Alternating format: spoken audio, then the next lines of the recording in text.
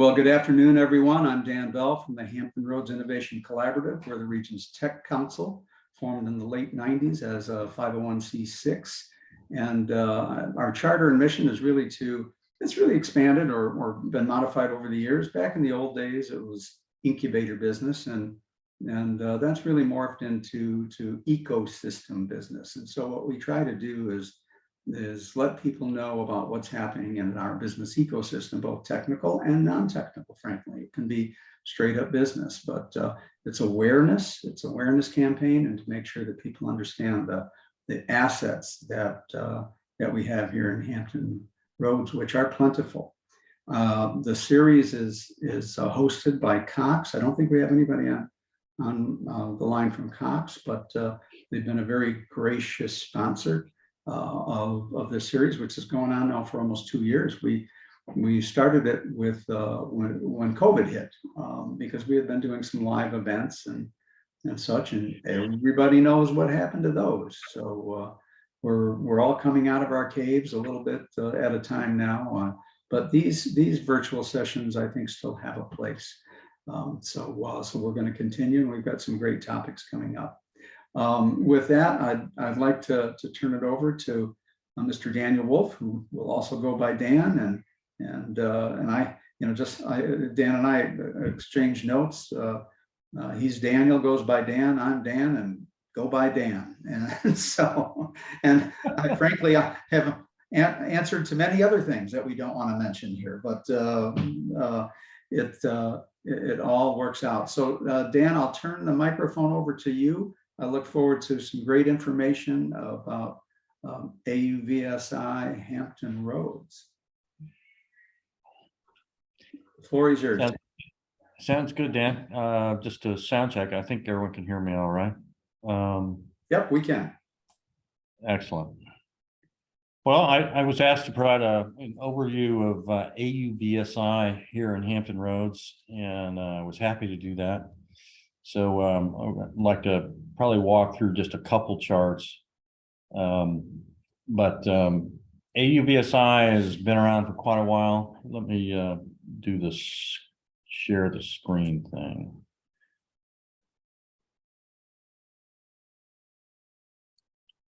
Okay, everybody should see the screen now. Good to go.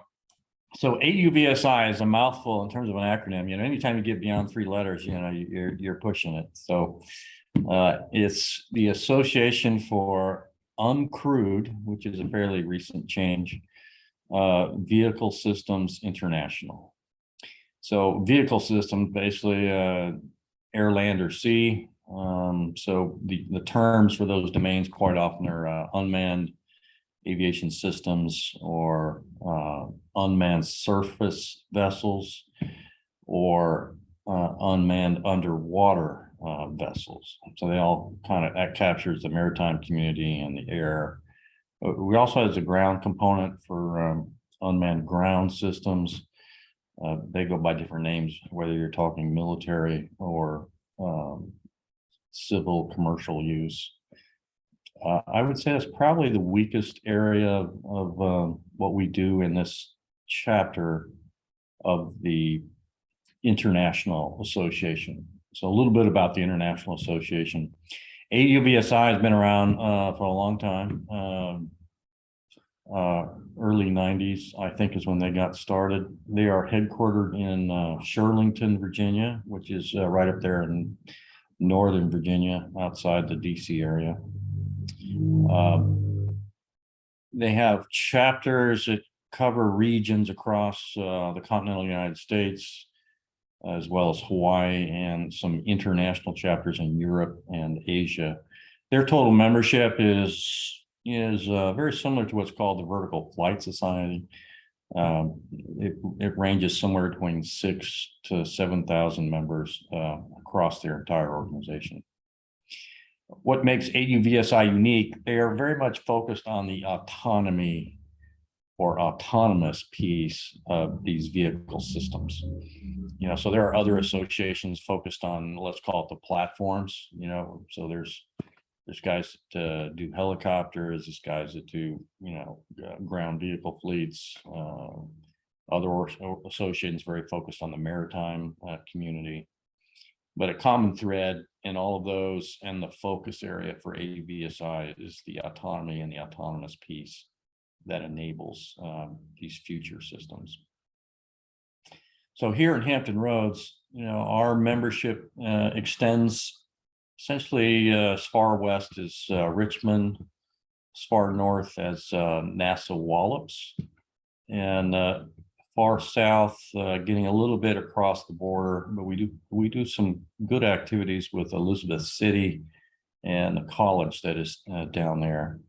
Not known to a lot of people in Virginia, that college down there, Elizabeth City State University, actually has a graduate and a master's program in unmanned systems that currently is not offered in Virginia. So that's a bit of the reason for our relationship with the folks down that far. Within Hampton Roads, our chapter is roughly a membership around 300 people or so. It changes every month, depending on people that expire or join. You can have a membership either as an individual or as an entity,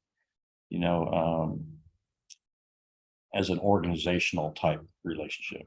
Our largest organizational member is NASA Langley, and one of my goals this year was to build a closer relationship with NASA Langley. I think we've been phenomenally successful with that, and I'll talk a little bit about that later with some of the events that we're doing. But what's also unique about Hampton Roads and this particular chapter of AUVSI is there's a lot going on, as Dan Bell mentioned, in Hampton Roads. It is the highest density of federal installations, DoD installations, in a single spot in the whole country.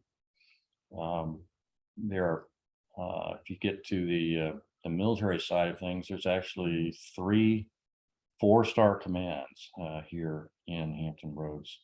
Very unusual. I don't know if there's any other place with that type of organizations, driving and steering the Defense Department. But we're a maritime community here too. We got a very large port authority in the Norfolk region, so there's a lot going on maritime here. It probably sets us apart than the rest of Virginia. So Virginia actually has 3 chapters that are in AUVSI. We cover the Hampton Roads area. There's another chapter that's focused on Northern Virginia, and another one closely aligned with Virginia Tech and the Blacksburg, Shenandoah Valley region.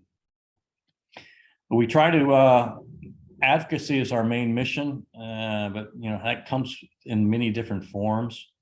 And so typically we hold events to do that, but advocacy says who's the audience for that. So that's the other part about AUVSI, and I think we have a really good cross-cut across the different folks that have a vested interest in these new autonomous unmanned systems, or to use new terminology, the FAA is encouraging everybody to use the word uncrewed, and they're in the middle of changing all of their terminology for that. But we focus on business, so in many ways we become an industry advocate. We work closely with the educational institutions. In fact, we hold an event that's coming up in November. We'll chat a little bit more about. That's very focused on education. Local communities and state authorities, because the state is so intertwined across all the different communities in the state of Virginia. Yeah, it's very much. I really didn't realize that at first, but that is a very key component of who we support. And then the other societies, lots of societies across. As I can see Dave Myers attending across an area like Hampton Roads. So we find ourselves supporting other organizations, a little bit of cross-leveling. So for example, the last month, we held an exceptional symposium here in Newport News. And we got support from the Vertical Flight Society as well as the Helicopter Association International, which collaborated with us and helped pull that event off very successfully. I'm going to advance the slide just to give you a hint of or a quick snapshot of our activities. I chatted about advocacy and the domains. Self-assessment here. Air is an easy domain to advocate for. There's so much activity going on in air, and it's doubling or more, because it's not just drones anymore. Now it's full-size air vehicles with pilots with autonomous systems in them. The land component, not a lot of that happens militarily here, but working with the folks like mass transit and others, there's as we know, the country is growing exponentially with electric vehicles, with more and more autonomy every day. I remember when cruise control was a big thing. Now you've got leader follower and lane changing support, and it just grows every day. It's kind of what I would call the incremental approach to autonomy in ground vehicles. The sea domain, a lot of people may not know, but Hampton Roads is home to Hunting and Ingalls Center of Excellence for Unmanned Systems. Recently opened and built, I think it's a $50 million facility that's not too far from NASA Langley in the research park that's near there. So another key aspect that's currently focused on maritime, but intended to be for all domains. And the other part that's very interesting and then is a constant pull and area of advocacy here is space. So Virginia Space is actually headquartered in Norfolk, and all of the space activity up at NASA Wallops, which has routine satellite launches out there, are in our domain, and we actively support. Not too long ago, about a month ago, I actually had a full tour of the NASA Wallops facility, and co-located with them is one of the universities, ODU. They have a new institute up there called the Virginia Institute for Space Flight and Autonomy. It's known as VISA, and they've become a strategic partner of our organization, led by a gentleman by the name of Dave Bowles, Dr. Dave Bowles, who is the director of VISA, used to be the former director of NASA Langley when he retired. We've done a lot of really good things for them, and I'll mention some of the activities that are ongoing with them today. So in terms of our activities, we just finished last month, record attendance, almost 50 speakers. It was our annual symposium. The theme for the one that was done last month was Advanced Air Mobility and Space. It celebrated the anniversary for NASA Langley. It is a joint venture. We don't do it by ourselves. We have strategic partners with NASA Langley and the Virginia Aerospace Business Association. And so between all three organizations, we really pulled off, I think, the best one we've done yet. Because of COVID, we went 2 years of not holding that event. So the last time we had done it was in 2019, which was down at the convention center down in Hampton. And so we changed the venue to Newport News Marriott City Center. I think based on feedback and reviews, I think it's viewed as very positive. Just the right size of a venue for this type of event. partnering with NASA Langley was hugely beneficial and has brought our organization very close, I think, with NASA. And this event is going to happen annually now, and NASA has been working on a couple other events with us to include drone demonstrations. So the event we just finished included a half day of drone demonstrations with NASA featured prominently among demonstrators. It was focused on first responders as the main theme and their use of unmanned systems. I'll talk a little bit more about the demonstration stuff in a minute.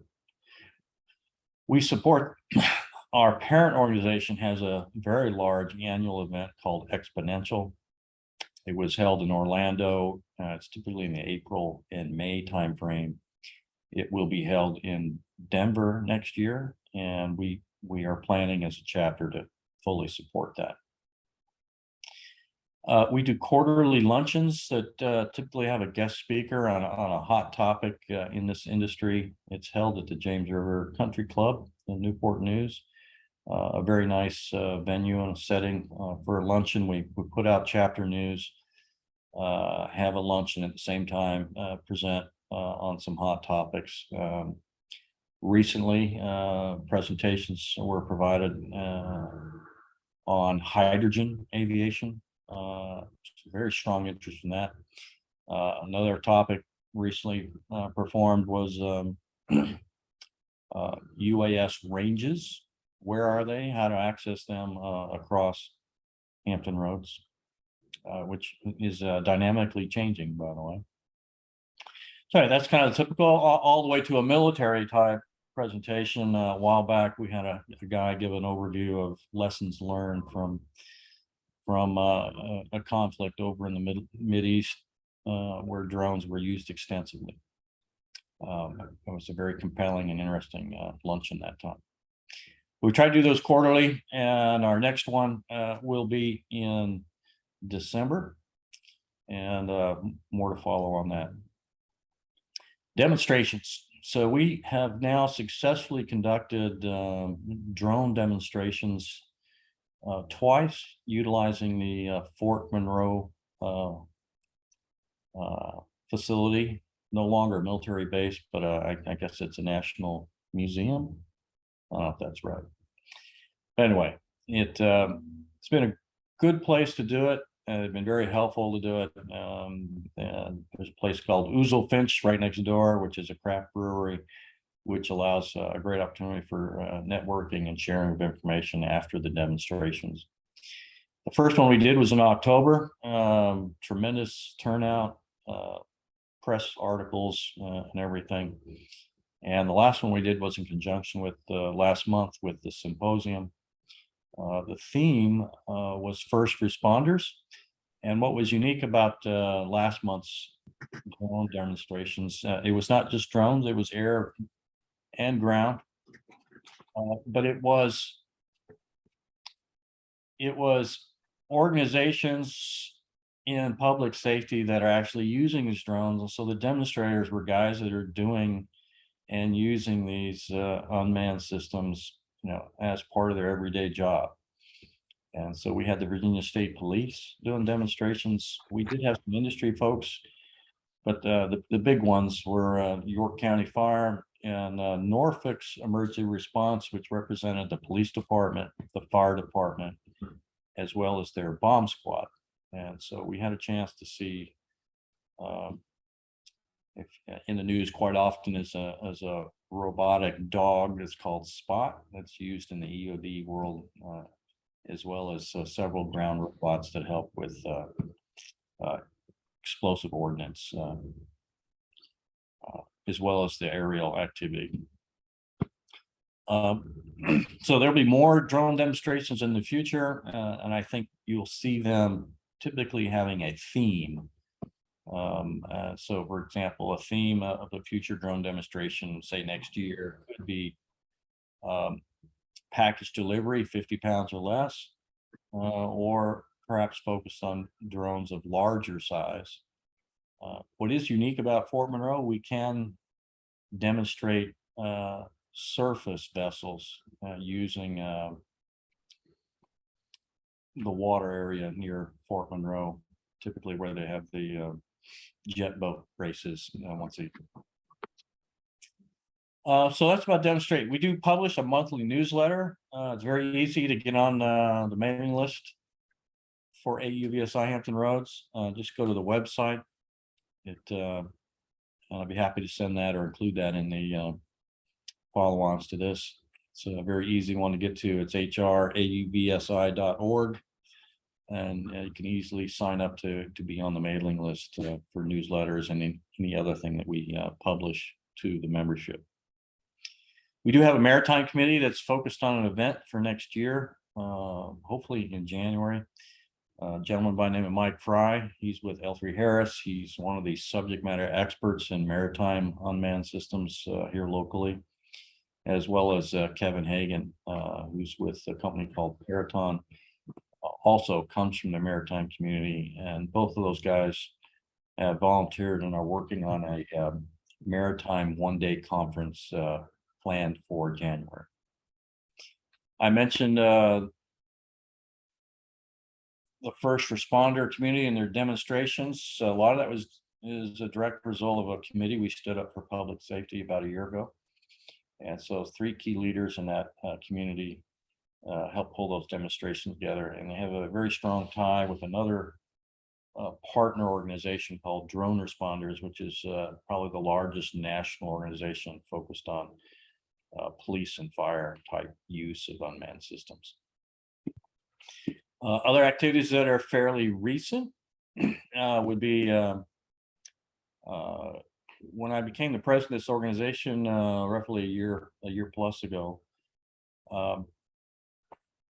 We looked at activities with NASA, building our relationship with them.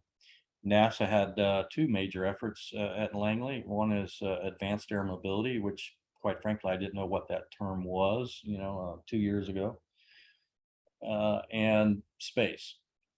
And so the aeronautics part of NASA Langley is very focused on what's called advanced air mobility, which is an extended label or name that includes drones, but also manned air vehicles for air taxi.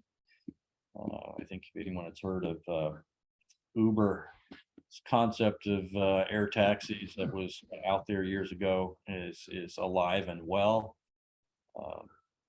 I became aware that there's almost, I think it's at $14+ billion of investment in this air mobility on the air taxi side, and then it evolved into another category of aircraft, what they call regional air mobility. So the way to think of that is the air taxi, and the official name for the air taxi under advanced air mobility, the 3 components. There's the drones doing packages. There's the what they call urban air mobility. Think of that as the taxi. And then regional air mobility says, hey, it's a much more capable aircraft. Not as capable as what you get on to fly from Dallas to Norfolk. But if you wanted to fly, say, from Newport News to Richmond, that's what they call a regional air mobility. So there's those 3 sectors under advanced mobility are advancing across the nation, actually globally. And we made it an initiative here to try and bring that industry and capabilities to Hampton Roads. We started that effort just shy of a year ago. That has led to 2 months ago, the state of Virginia stood up what's called the Advanced Air Mobility Alliance. And AUVSI Hampton Roads is a member, a founding member in that alliance, which has 2 teams, one led by Department of Aviation for the state of Virginia, and the other one led by Department of Commerce. So they are going to develop a framework, a strategy, and a roadmap for the state of Virginia for this advanced air mobility. It's getting a lot of attention within the state, and their next in-person meeting is actually this Thursday in Richmond, and we will be representing AUVSI and Hampton Roads in those meetings.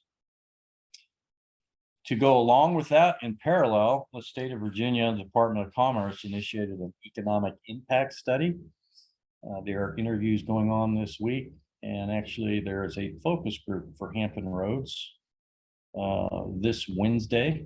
If anyone is interested on that focus group and would like to attend, I certainly can send the registration for that. It's still open, has not been closed. Currently, it looks like there's about 30 folks attending that focus group, where the economic impact study is gathering input from Hampton Roads.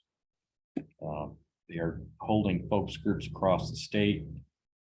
They did one up in Northern Virginia the other day, and there's a third one planned to be held in Richmond before the end of the month. Very important stuff, and AUVSI, I'm happy to say, is very much a part of that, trying to shape these new forms of transportation for Hampton Roads. And so we're advocating for that and looking for how that industry can come to Hampton Roads and bring those capabilities, those new convenient forms of transportation. Another activity should be mentioned, been underway by the ODU Visa organization. They received a grant from the state of Virginia. And that grant is basically a study looking at unmanned systems, air and sea, for routes and corridors connecting the communities and the metropolitan area, the cities, all that comprise Hampton Roads. So an example would be an air corridor, say for drones, that supports NASA Langley to do research, which they have already done some initial flying to Fort Monroe. Hampton University is involved with that, as well as a small company called Longboat Group. So this is expanding on those initial efforts, looking at all of Hampton Roads and the different communities on where this type of routes or corridors would be beneficial to the region. It's got about 6 more months. I think they're about in their second or third meeting now in the different focus groups. We are supporting the military focus group as well as the commercial focus group. So those are a mouthful. I've been talking for a while, but these are a lot of the current activities that are going on. Talked a bit about the organization and what we do. Always looking for new volunteers to help, run some of these activities or events. There are 2 more events that I've touched on that are coming up that I'll highlight in the next chart here. Oh, your turn. So our next get together is 17 November. It's going to be we did this in November of 2021 the first time. So we kind of expanded the luncheon with a guest speaker to be a all morning session with guest speakers from the education, university, college community to talk about the programs they have and their challenges and new efforts underway to support workforce development for the unmanned systems market space. So for example, Thomas Nelson, which my understanding is now Virginia Peninsula. They just changed their name. They have a program led by Julie Young that gives orientations on how to fly small drones, but also they get a certificate once complete on being a maintainer for these, let's call them Group 1 drones. It's been a very successful program. It was seeded by the FAA and has grown, and they're expanding the curriculum for that effort. So that's an effort that's here locally in Hampton Roads. There is a degree program that is being built underway by Hampton University, modeled after the Elizabeth City State University in North Carolina. So the whole intent of that day is to get the educational institutions, which there are many around here, but it's all the way from the Denby Aviation Academy, which is high school, to community colleges, to big degree colleges such as ODU, CNU, and others, Regents to mine, William and Mary, another one. So when you really think about it, it's kind of amazing how many educational institutions are in Hampton Roads. So we're not a one college town. So based on the response we got from last year, we've decided to do this again. So it's a morning of representation from the different educational institutions, leading up to a luncheon and a chance to network after that. So that's being planned for the 17th November.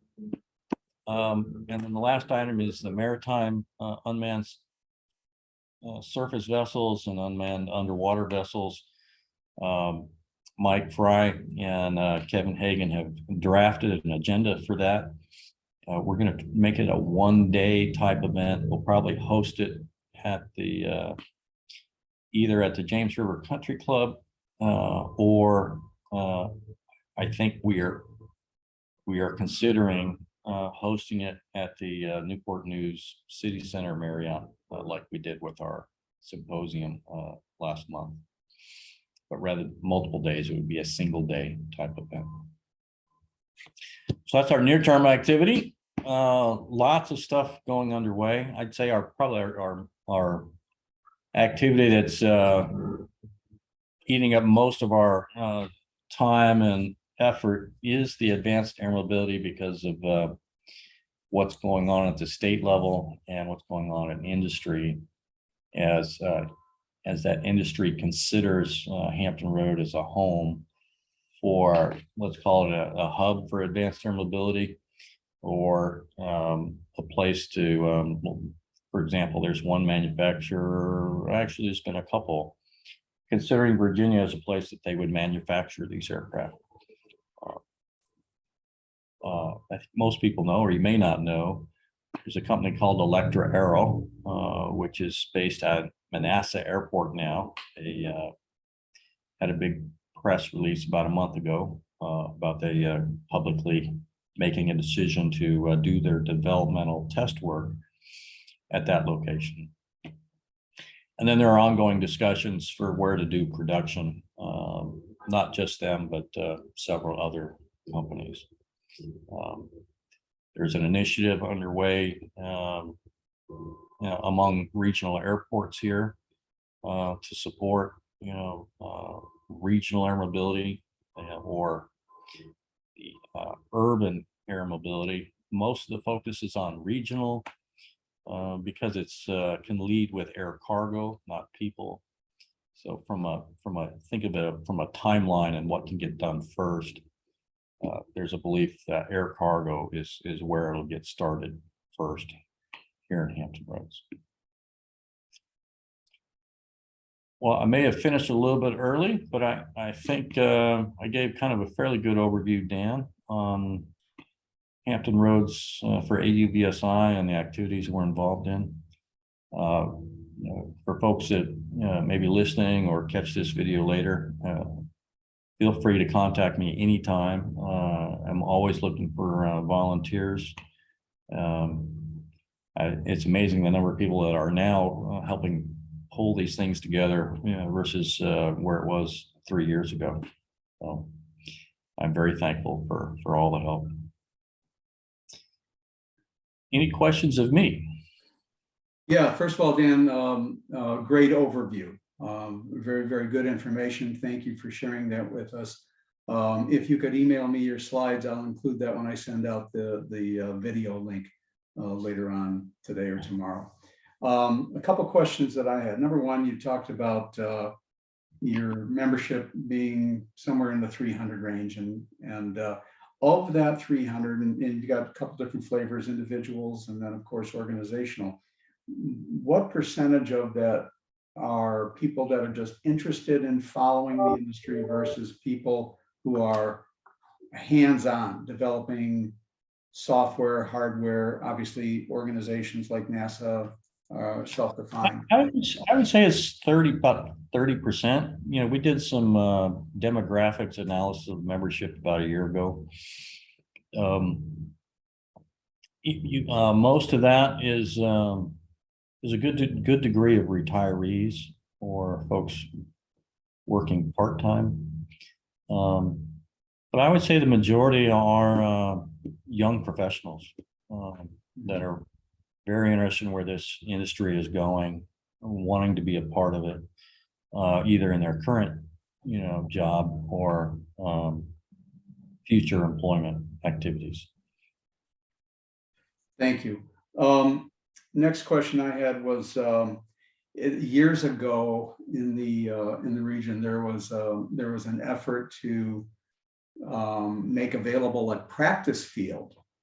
I don't know if that was for air drones, of course, but that might have been a golf course up on the peninsula at some point. But did anything ever come from that, where there's a dedicated practice field for flying drones?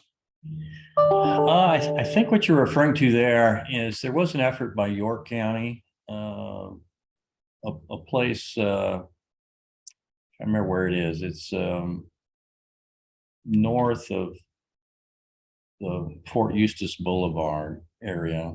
It's an area where, and this effort is still active, but it has gone through some management changes, and it's basically what they were calling a UAV research park, where there would be, some office space and a place for companies that want to routinely do some development work with drones could call home, and there would be a large area region where you could do flying, if you will, whether you're doing it recreationally or trying to do it for business opportunity. There was an architectural study done on what that would look like. It was paid by York County, but the individual that was leading that has retired, and the effort has now moved to the city of Newport News. I'm actually meeting with the city of Newport News later this week. I'll ask about it. I don't think it's gotten beyond the last issue that I think it's still not resolved is ownership of the land. So ownership of the land is actually the state, not locally. And so they needed the state to agree to release the land to a commercial entity that would control it. The commercial entity promised to put a solar farm on this big parcel of land. It was originally going to be a golf course, but they found out there was issues with that. So then it became a solar farm is one portion of this land, and then the rest of it would be open terrain for flying small drones. I don't think it's gotten beyond the original. I think they spent about $200K for an architectural study and a layout. I think they've been caught up in agreements on transfer of the land, and the industry guy making a financial commitment to building the solar farm. I think that's where it's at, but happy to give anybody an update that's interested after I speak with Newport News by the end of the week. Certainly, if you wanted to send me a note, I can forward it out to the registration list that I have. That'd be helpful. What about on the water side, Dan? Is there, I recall years ago talking to president of a drone company, but water-based, and he was talking about the same type of thing, needing an area that they could practice and such. And so then, it made me think, well, I mean, is the bay not something that you could do, or the ocean not something you can do? But I don't know what he was looking for. Maybe some sort of river-based. There is a early stage effort looking at that. I think there's a place called Willoughby Spit or something like that. Oh, sure. Yeah. That place is being looked at. There was an RFI put out by ODU Visa trying to understand what requirements would be to make that as a place to get in and out of the water, and a range area to do surface, and actually the RFI included underwater. But that's the last I've seen or heard about it.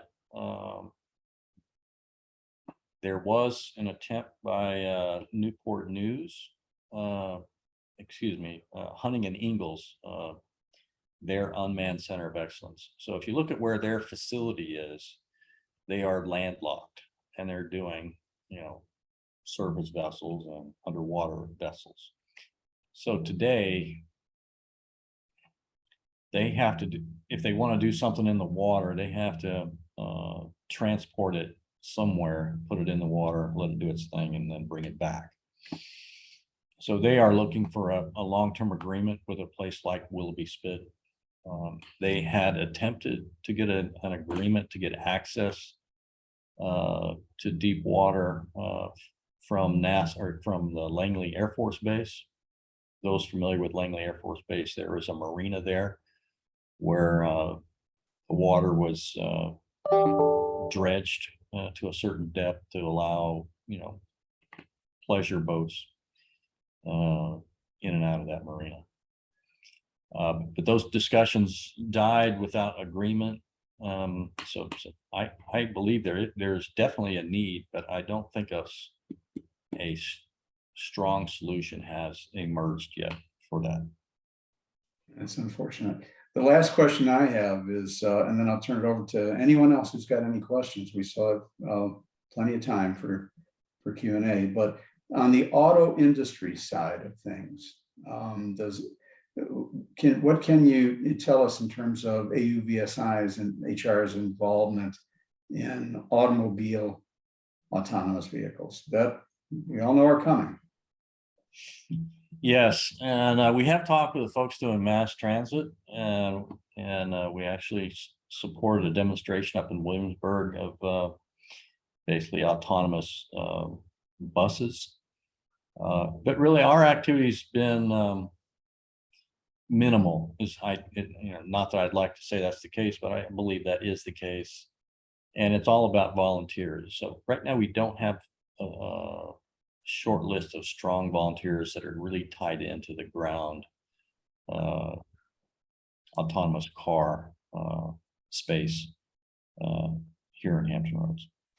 And if I recall, David Bowles with ODU has some pretty great experience, and I think I saw the name Mike Fry up there too. I think both of those gentlemen, unless I'm mistaken, have good experience in that area.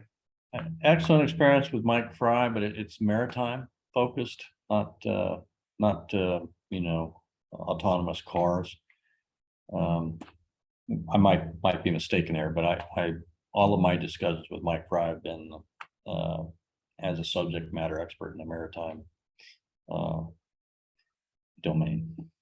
Very good. Well, as I mentioned, we have a few more minutes here. Is there any other questions, comments, observations from any of our session participants? Feel free to turn your mics on and your cameras on if you like in the final stages of this session.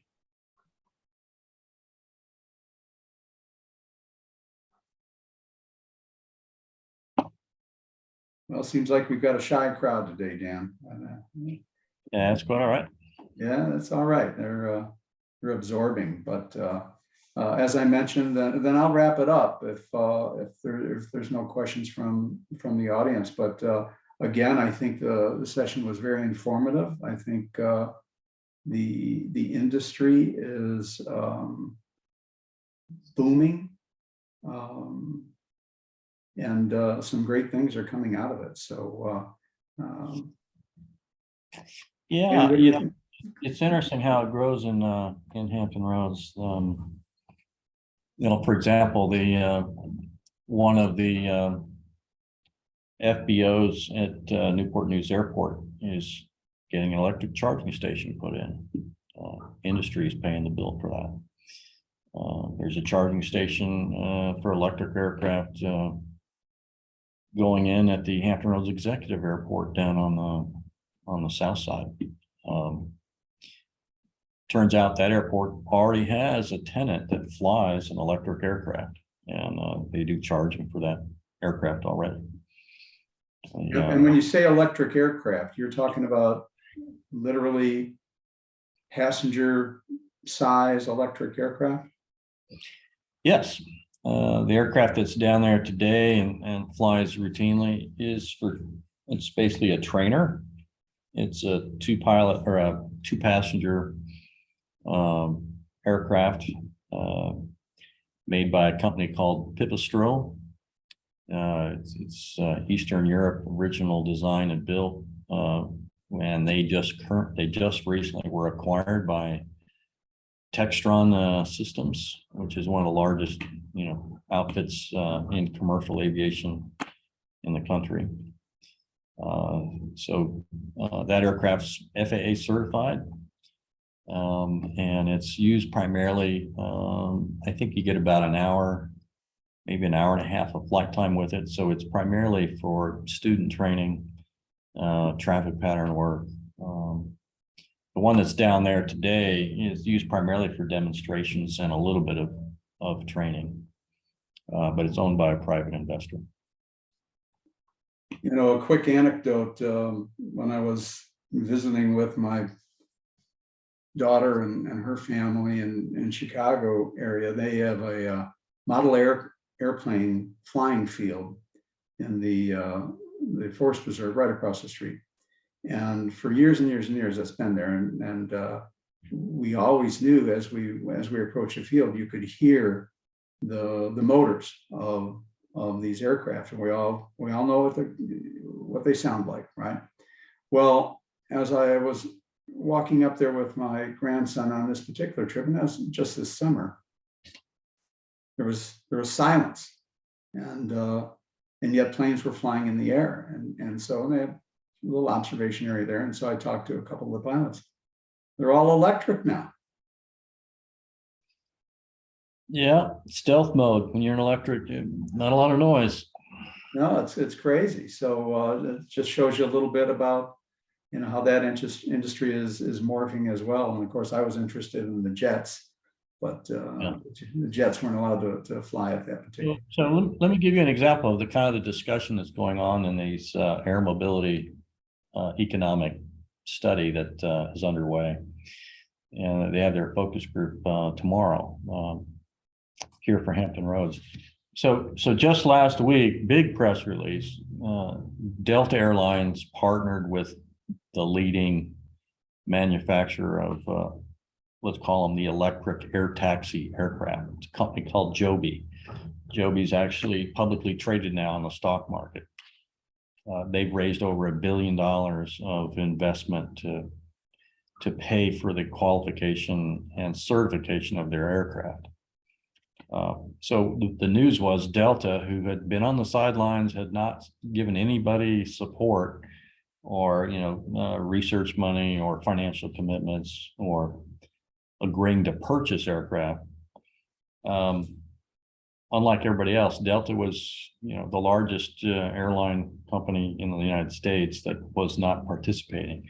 So that has ended, and so they announced this joint partnership with Joby, which is essentially Uber Air, to provide, they are providing $80 million of cash. But what they're going to do is develop routes to get passengers to the airports that Delta operates out of. So the example of these terminal feeder routes, trying to make it, more convenient for passengers that are willing to pay a little bit more money, is if you live in Williamsburg and you have a flight out of Norfolk, let's say to catch a Delta direct flight to Dallas, which I'm very familiar with, this Uber Air or Joby aircraft would pick you up in Williamsburg and fly you to the airport with a seamless time-saving, getting you to your aircraft, flown and managed by Delta at the large airport to get to where you want to go for your destination. So these feeder routes up to about 200 miles, but most likely will be focused at 100 miles or less, is what they have agreed to develop to support major airports. And so the Williamsburg is just an example of a route that would apply, let's say, to Hampton Roads, because Delta flies out of Norfolk. So if Virginia makes the case, and so Joby and Delta are right now trying to figure out where to start in the United States, and they obviously have a goal to support all of their airports in the United States. So it becomes incumbent upon the state of Virginia and Hampton Roads to what does it take to make the business case for them to start early here versus somewhere else.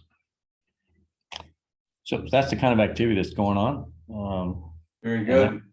We have a question from Carrie. How many passengers on one of these Joby electric planes? 4. And it is piloted, although they do have a goal at the end of the day to get rid of the pilot and go with 5 passengers. That aircraft basically is designed to fly typically 100 miles. After it's done its flying for 100 miles, it takes about 10 minutes for that aircraft to recharge. You know, just the psychological elements of it are fascinating when you think about it. Number one, getting on an electric plane today is exciting, but getting on an electric plane without a pilot would be real exciting. So here's another use case that's been kicked around. Imagine if you live in Richmond and you like to gamble.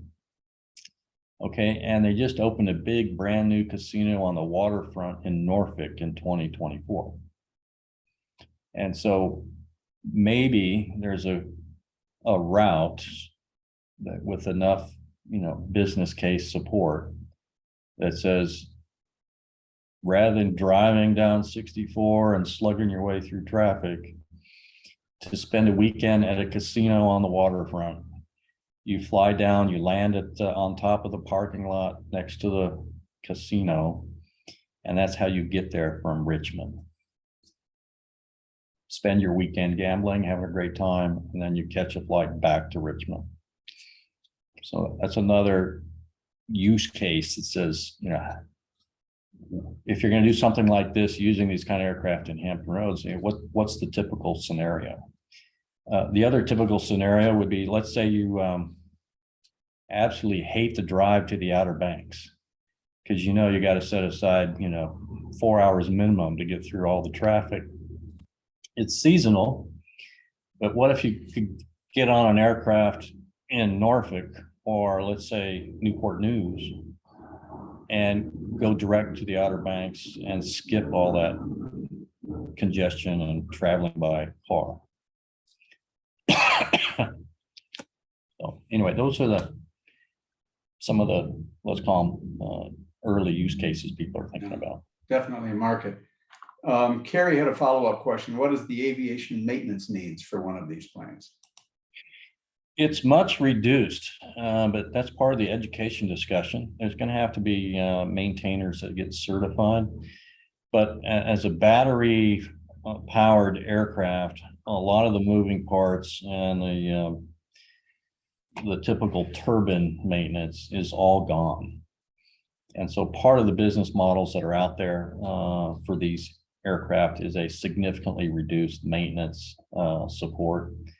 But it doesn't go away clearly. And what I'm sure will happen, there will be hubs where these aircraft bed down at night or go to for maintenance.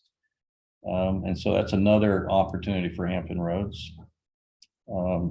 For example, here's another use case that is being kicked around and is real. There's a company called United Therapeutics that wants to deliver human organs or artificial organs, which require very special handling and a very